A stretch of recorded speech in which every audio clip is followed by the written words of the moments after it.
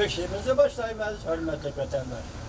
Bugün Cisar 2019 yıl 7. ayının 2. günü haftığı Seyşembe.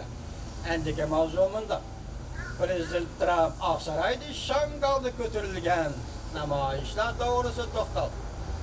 Mavzuda haber 7. ayının 2. günü Amerika bazıdan Xitay Dil programı ilan kılın. Haber bunda başlar.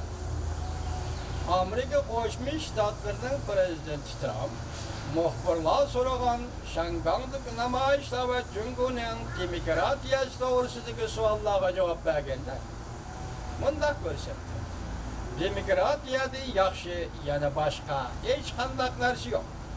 Biroq ba'zi hukumatlar demokratiyani xohlamaydi ekan.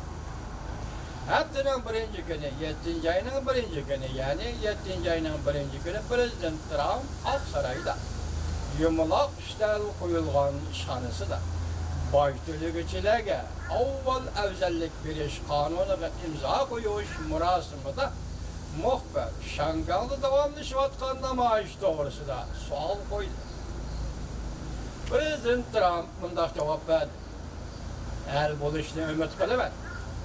Ben Xi Jinping bilen görüştüm. Biz nayet yaxşı söhbet ötküzüp, bazı işler doğrusu da toxtaldık. Biz o doğru da kısaca toxtulup öttük. Qaysi doğru da? Belki Şangal doğrusu. Elbette bu kişini bir aram kılıdı. Bundak narazılık namayışı ben hiç kaçan görüp bakmadım.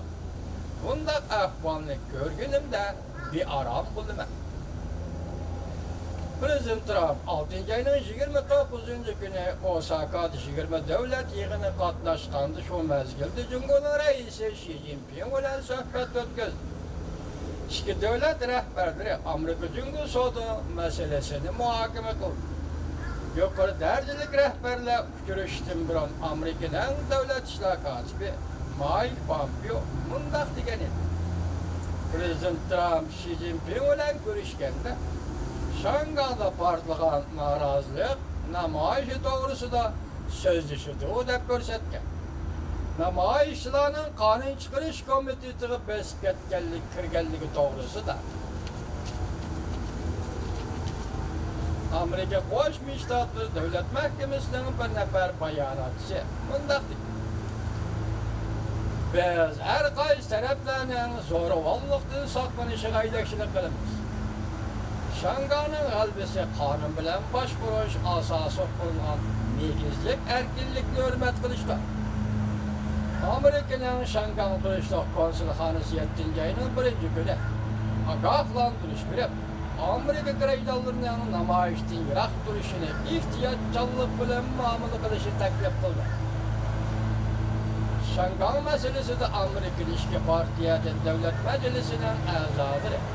Cümleten Avam Palatası'nın başlığı Nancy Pelosi hanım bayanat ilan kılıp Şangay'da tinç yol bilen gelip verilatkan namayişti. Kolluğan idi.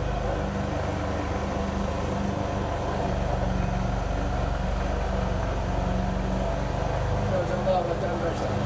Karıdır olmuş geldi. Ağzına kaldık götürdü.